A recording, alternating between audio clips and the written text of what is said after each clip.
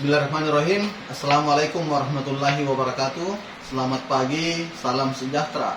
Yang terhormat Bapak Ibu tim penilai sertifikasi dosen gelombang 1 tahun 2025. Melalui kesempatan ini, izinkan saya memperkenalkan diri.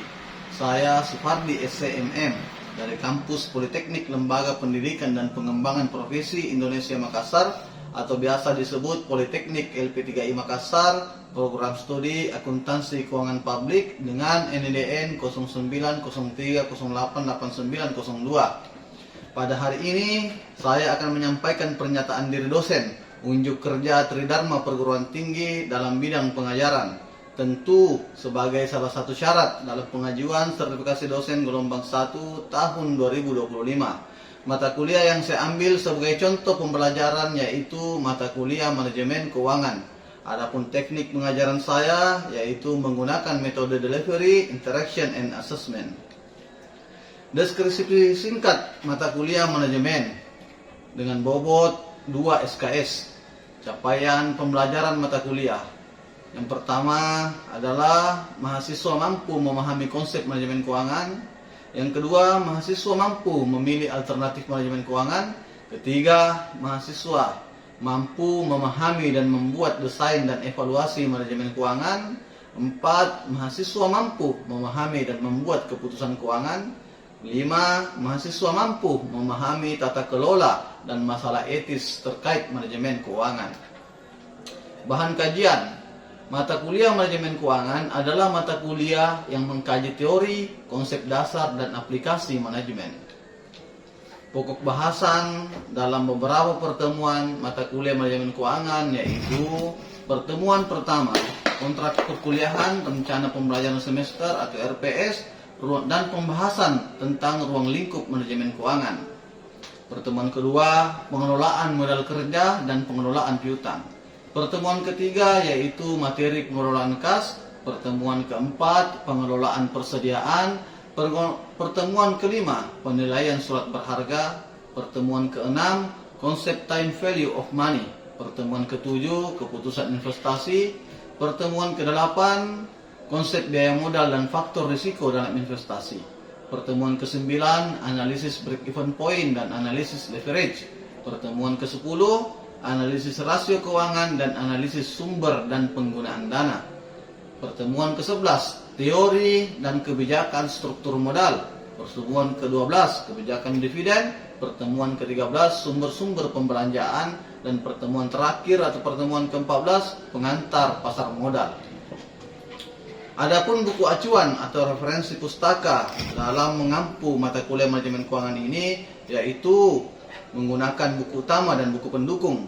Buku utama yaitu buku dari Sutrisno tahun 2019 manajemen keuangan, teori, konsep, dan aplikasi. Buku kedua Mustafa tahun 2017 manajemen keuangan edisi 1. Adapun buku pendukung yang pertama adalah Karyoto tahun 2018 manajemen keuangan, konsep dan implementasi. Kedua Wijaya David 2014 manajemen keuangan edisi pertama. Media pembelajaran yang digunakan dalam proses pembelajaran yaitu Microsoft PowerPoint, laptop, dan LCD. Selanjutnya saya akan memberikan cuplikan pengajaran saya di kelas untuk mata kuliah manajemen keuangan. Silahkan disaksikan. Baik, bismillah. Assalamualaikum warahmatullahi wabarakatuh. Waalaikumsalam warahmatullahi wabarakatuh. Selamat pagi, salam sejahtera untuk kita semua. Alhamdulillah, alhamdulillahirobbilalamin. Puji syukur senantiasa kita panjatkan kepada Allah Subhanahu wa taala atas segala limpahan berkah, rahmat dan hidayahnya sehingga kita bisa hadir di tempat ini dalam kondisi siap walafiat. Alhamdulillah, mari kita mengucap salam dan taslim kepada Nabi Rasulullah Muhammad SAW selaku uswatun hasanah bagi kita semua dalam mengarungi aktivitas keseharian kita, tentunya dengan harapan bisa menjadi insan-insan yang insya Allah dilindungi oleh surga. Amin. Bagaimana kabar hari ini? Baik. Alhamdulillah. Baik, sebelum kita masuk ke materi kita, alangkah baiknya kita awali dengan bersama-sama berdoa. menurut keyakinan kita masing-masing. Doa dimulai.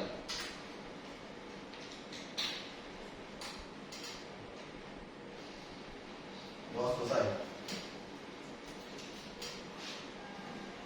Baik, silakan dilihat di depan. Ya, ada yang bisa membacakan? Ada satu orang yang bisa membaca? Saya. Ya, silakan. Siapa namanya? Risa. Rizka, ya silakan. Rizka, untuk bisa dibaca. Jika kamu tidak sanggup menahan lelahnya belajar, maka kamu harus sanggup menahan perihnya kebodohan. Jadi, jika kamu tidak sanggup menahan lelahnya belajar, maka kamu harus sanggup menahan perihnya kebodohan. Ada yang bisa menafsirkan itu? Salah satu di antara, tadi Rizka sudah membaca. Sekarang saya minta salah satu di antara teman-teman ini, ada yang bisa menafsirkan ini. Siapa? Coba yang pakai kacamata, siapa namanya? Ayo Pak. Nah, silakan ayo coba tafsirkan kira-kira menurut ini bagaimana ini? Apa maknanya? Teruslah belajar untuk menggapai masa depan yang lebih indah. Ya, artinya teruslah belajar untuk menggapai masa depan yang indah. Artinya bahwa ya, kalau misalnya belajar itu tidak mudah, memang dibutuhkan kesabaran, ya, dibutuhkan niat yang besar, dibutuhkan motivasi yang kuat. Nah, kalau kita tidak bisa bersabar, tentu kita akan mengeluh tentang apa yang kita pelajari. Ya, banyak keluhan-keluhannya. Maka motivasi dari Imam Syafi'i ini perlu kita terapkan. Bagaimana kita bisa menahan lelahnya atau bersabar dalam belajar, yang kemudian dengan harapan bahwa kedepannya nanti kita akan menikmati kebahagiaan. Jadi itu pembuka sebagai motivasi sebelum kita masuk di materi kita pada hari ini. Baik, kita masuk ke materi kita, yaitu tentang BEP atau break even point. Ya. Jadi materi kita pada hari ini tentang BEP itu break even point merupakan materi pertemuan ke-9. Jadi hari ini itu pertemuan ke-9. Sebelumnya kan kita sudah membahas tentang konsep biaya, modal, dan faktor risiko dalam investasi. Nah, mengenai pertemuan minggu lalu, ya, pertemuan sebelumnya, ada yang mau ditanyakan atau aman? Aman ya. Baik, selanjutnya kita masuk ke pertemuan hari ini, yaitu analisis break even point dan analisis leverage. Tapi saya rasa pada hari ini kita batasi saja dulu pertemuan kita untuk BEP atau break even point. Nah, adapun capaian pembelajaran kita pada hari ini adalah yang pertama, ya, mahasiswa kita harapkan mampu mengerti apa itu pengertian dari break even point. Yang kedua adalah mampu mengerjakan metode perhitungan break even point. Yang selanjutnya adalah mampu menjelaskan bagaimana ketika terjadi perubahan BEP. Jadi dalam grafik itu biasanya terjadi perubahan titik break even point. Nah, itu sebentar kita akan bahas. Selanjutnya adalah tentang kita masuk pada pentingnya leverage. Yang selanjutnya adalah bagaimana mengukur leverage operasi, terus leverage finansial, leverage kombinasi, dan mengukur indifferent point.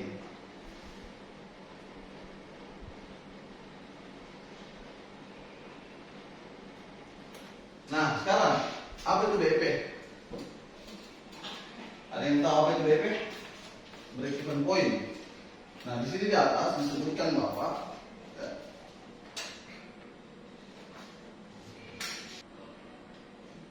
di atas disebutkan bahwa pengertian dari break even adalah analisis terhadap saling hubungan antara unsur-unsur yang membentuk laba. Jadi yang kita analisis adalah unsur-unsur yang membentuk laba. Nah, kira-kira apa-apa itu yang membentuk laba? Unsur-unsur apa? Ya, betul sekali. Siapa namanya? Eka. Ya, betul sekali saya katakan Eka. Salah satunya adalah unsur pendapatan. Ada lagi? Biaya. Jadi unsur-unsur tentang pendapatan biaya itu ketika dianalisis itu bisa dianggap sebagai analisis break-even point. Atau ada juga yang mengatakan bahwa analisis break-even point itu sebenarnya adalah kita mau menganalisis yang dimana untuk mendapatkan keadaan di mana perusahaan itu tidak memperoleh keuntungan, tidak pula memperoleh atau menderita kerugian. Atau bisa dikatakan yang dimana pendapatan sama dengan biaya. Kalau misalnya biayanya 1, pendapatannya 1, berarti 0. Ya kan? Karena untuk mencari laba atau rugi itu kan pendapatan dikurang biaya. Jadi kalau misalnya besar pendapatannya daripada biayanya, tentu dia mengalami keuntungan. Kalau misalnya biayanya lebih besar daripada pendapatan, tentu dia mengalami kerugian. Nah, di analisis break-even point ini dia mau melihat sisi di mana perusahaan tidak mengalami kerugian, tidak pula mengalami keuntungan, atau bisa dikatakan dia 0, gitu. Tidak untung, tidak pula rugi. Jadi itu inti daripada break-even point. Sampai di sini ada pertanyaan? Aman? Ya, jadi saya rasa pengertian dari break-even point teman-teman sudah mengetahui semua. Ya. Baik, selanjutnya. Nah, dalam menganalisis break-even point ada beberapa asumsi dasar. Asumsi dasar maksudnya di sini bahwa analisis break-even point itu harus memenuhi unsur atau asumsi ini. Ya, silahkan dilihat. Apa itu asumsinya? Yang pertama, jadi saya ingatkan lagi, tidak bisa kita melakukan analisis break-even point kalau dia tidak memenuhi asumsi yang ada di atas ini. Ya, yang pertama apa? Biaya harus bisa dipisahkan ke dalam 2 jenis biaya. Jadi biayanya itu hanya bisa dipisahkan ke 2 jenis biaya, yaitu biaya variabel dan biaya tetap. Nah, bila ada biaya semi variabel, nah kalau ada biaya semi variabel harus dialokasikan ke dalam 2 jenis biaya tersebut. Kan ada 3 jenis biaya nih sebenarnya. Ada biaya variabel, ada biaya tetap, dan ada biaya semi variabel. Nah, dalam asumsi break-even point tidak boleh ada biaya semi variabel. Pokoknya hanya ada 2 biaya, yaitu biaya variabel dan biaya tetap. Nah, bagaimana misalnya kalau ada biaya semi variabelnya? Kira-kira bagaimana? Dimasukkan ke dalam salah satunya, bisa dimasukkan ke dalam biaya variabelnya atau dialokasikan ke semuanya. Jadi biaya semi variabel itu dia alokasikan ke dalam biaya variabel. Jadi tidak boleh ada biaya semi variabel. Nah, kalau misalnya tiba-tiba Pak, biasa ada kasus misalnya ada biaya semi variabelnya Pak. Ya tetap. Jadi biaya semi variabel tersebut kita masuk saja ke biaya variabel. Karena asumsinya BEP adalah hanya ada 2 jenis biaya variabel dan biaya tetap. Sampai di sini paham? Baik, selanjutnya asumsi yang kedua adalah harga jual per unit tidak berubah selama periode analisis. Jadi harga jual per unitnya itu selama periode analisis, pada saat dianalisis menggunakan BEP tidak boleh berubah. Nah, ya. Jadi selama ini, tapi kasusnya selama dianalisis ya, selama kita menggunakan BEP tidak boleh berubah itu harga jual per unitnya. Kapan pada proses analisis BEP dilakukan analisis BEP, ternyata terjadi harga jual per unit tidak bisa dilakukan analisis BEP. Jadi nanti itu BEP berlaku ketika terjadi asumsi-asumsi ini. Asumsi yang ketiga, perusahaan hanya memproduksi satu macam barang. Ya. Bila menghasilkan lebih satu macam barang, perimbangan penghasilan masing-masing barang harus tetap. Jadi perusahaannya itu harus memproduksi satu jenis barang. Ya. Nah, Pak, bagaimana kalau misalnya 2 jenis barang diproduksi? Pak, baru kita mau melakukan yang namanya analisis BEP. Ya, kalau misalnya dua jenis barang ya, yang diproduksi, maka yang kita lakukan adalah kita adakan perimbangan penghasilan masing-masing barang harus sama, harus tetap, gitu. Harus sama. Barang A sama barang B itu harus sama jumlahnya. Kalau misalnya 100 juta, barang A, barang B ke 100 juta. Kalau misalnya kalau barang B 10 ya, barang B juga, barang A juga harus 10. Jadi harus sama-sama, harus terjadi perimbangan. Jadi ingat, lagi-lagi saya tekankan bahwa analisis BEP tidak bisa kita lakukan kalau tidak memenuhi 3 unsur ini, 3 asumsi ini. Sampai sini paham? Ya. Nah, lanjut kita masuk ke metode perhitungan BEP. Cara menghitung BEP atau break even point. Nah, ada 2 cara dalam menentukan break even point. Ada 2 cara. Ya, cara yang pertama pendekatan grafik. Tahu kan grafik itu seperti apa? Tahu ya? Ya, ada sumbu X, ada sumbu Y. Terus yang kedua adalah pendekatan matematik. Nah, sekarang pendekatan grafik. Salah satu pendekatan penentuan titik break even adalah dengan menggambarkan unsur-unsur biaya dan penghasilan ke dalam suatu gambar grafik.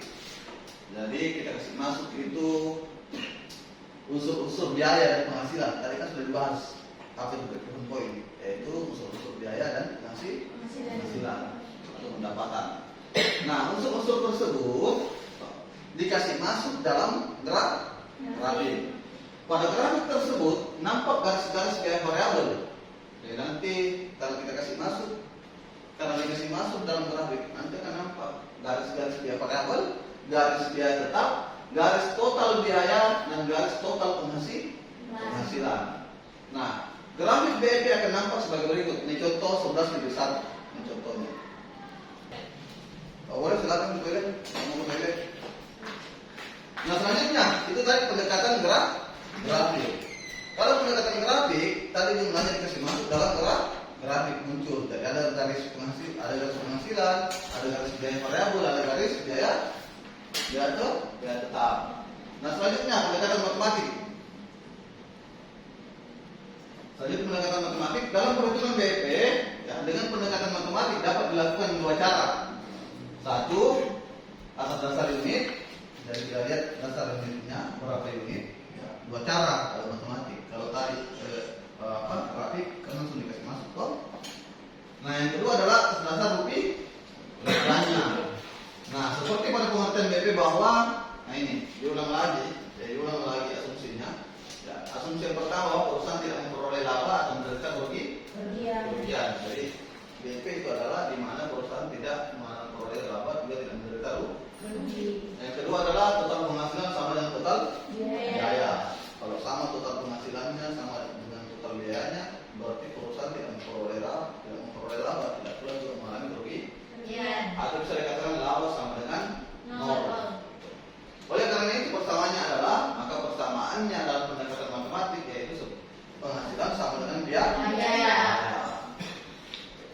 Bila P harga jual per unit, ingat ya, P selalu menambahkan price. Berarti dia harga jual per unit. Dari P itu per unit ya.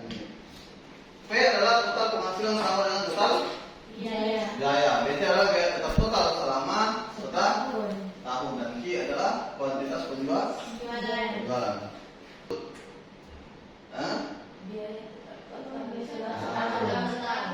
Biaya total ya.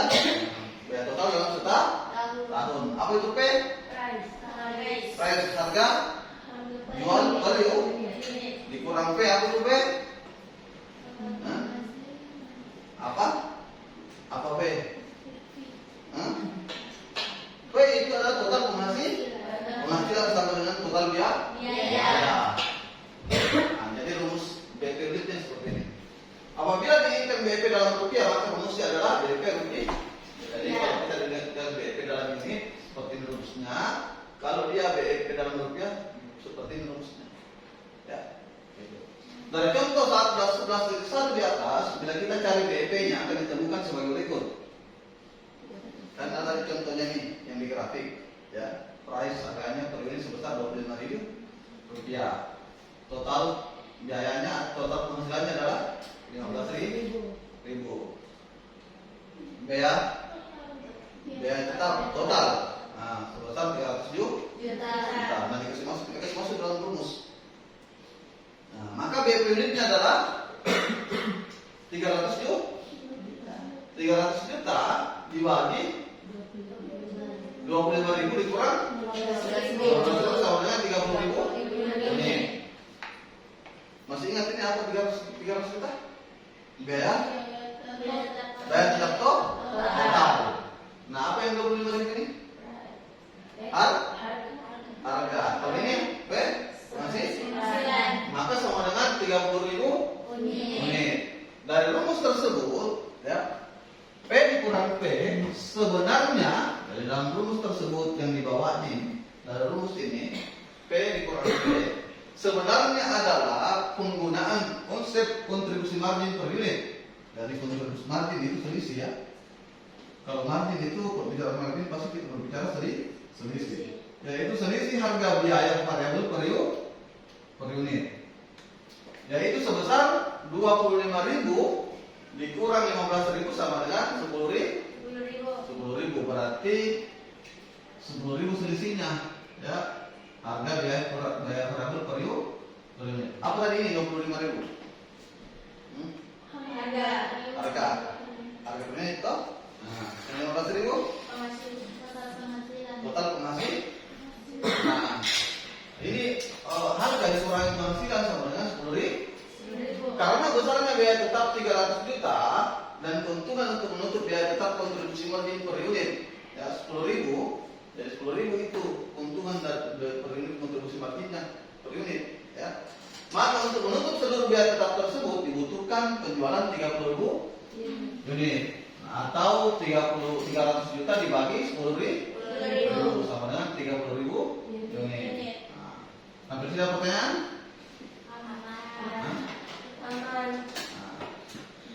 Ini kata kuncinya, ya. Kata kuncinya ini. Maka untuk menutup seluruh biaya tetap tersebut dibutuhkan penjualan. Jadi kalau mau ditutupi, kalau kita mau tutupi itu kalau kita mau tutupi seluruh biaya tetap, maka kita harus mampu menjual sebanyak 30.000 unit. Itu maksudnya. Nah, selanjutnya tadi itu BIP unit. Selanjutnya adalah BIP rupiah.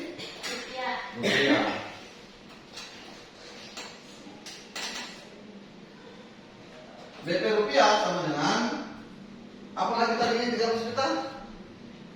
BT. Nah, biaya tetap total.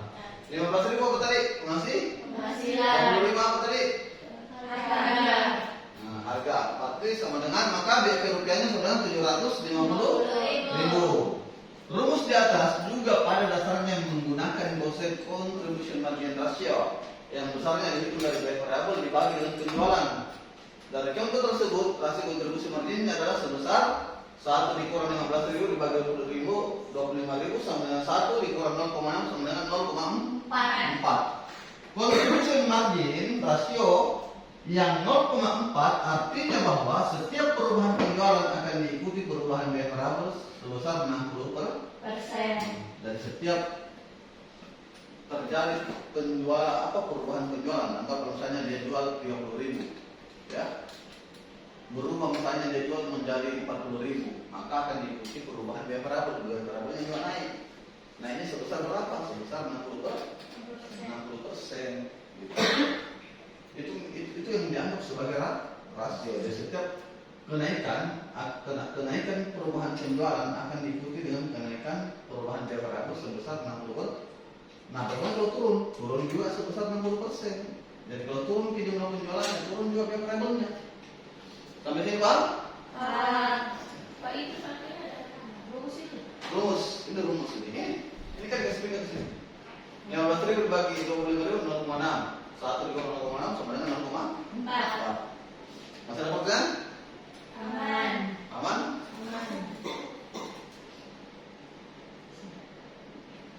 Nah, margin of safety. Margin of safety adalah batas penurunan penjualan yang bisa ditolerir. Artinya kalau kalau misalnya perusahaan harus mengalami penurunan penjualan, harus ada batas toleransi. Artinya perusahaan bila ditoleransi penurunan penjualannya sampai sekian, tidak boleh melebihi penurunan tersebut. Gitu. Nah, batas penurunan penjualan yang bisa ditolerir agar perusahaan tidak menderita kerugian.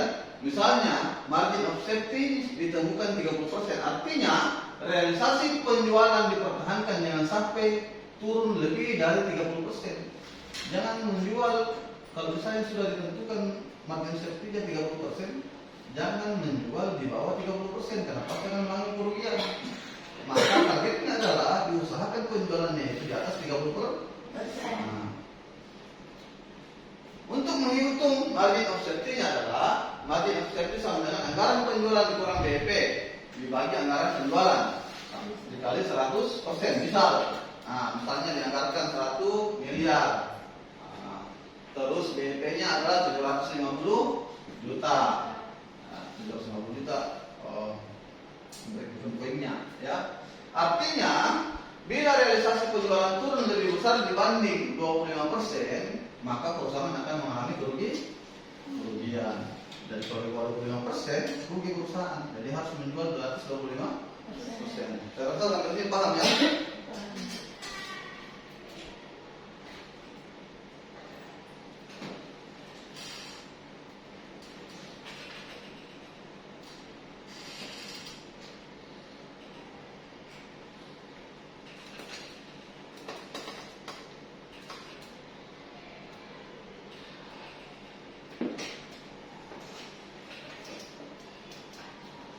Nah, ini perubahan titik break even point.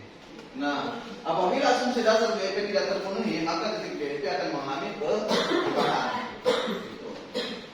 Misalnya, tadi kan ada asumsi dasar ini, ya, sudah dijelaskan sebelumnya. Nah, apabila asumsi dasar BEP tidak terpenuhi, maka titik BEP akan mengalami perubahan. Bisa naik, bisa turun, bisa berubah ke kanan, bisa berubah ke kiri. Nah, ada 4 perubahan.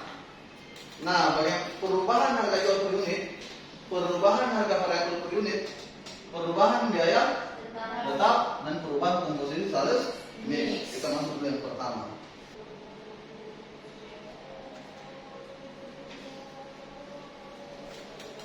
Masih ada pertanyaan?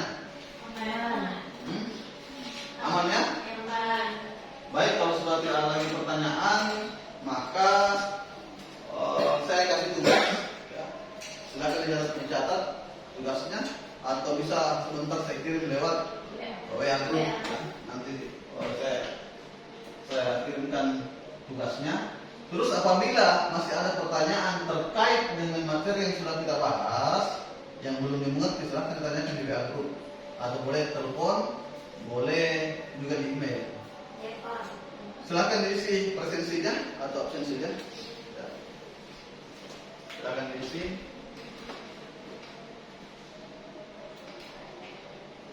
Bagaimana, selesai? Sudah? Baik, sekian pertemuan kita pada hari ini. Ya, semoga bermanfaat. Kita tutup dengan berdoa. Doa dimulai. Doa selesai. Demikian, bila taufiq wal hidayah. Wassalamualaikum warahmatullahi wabarakatuh.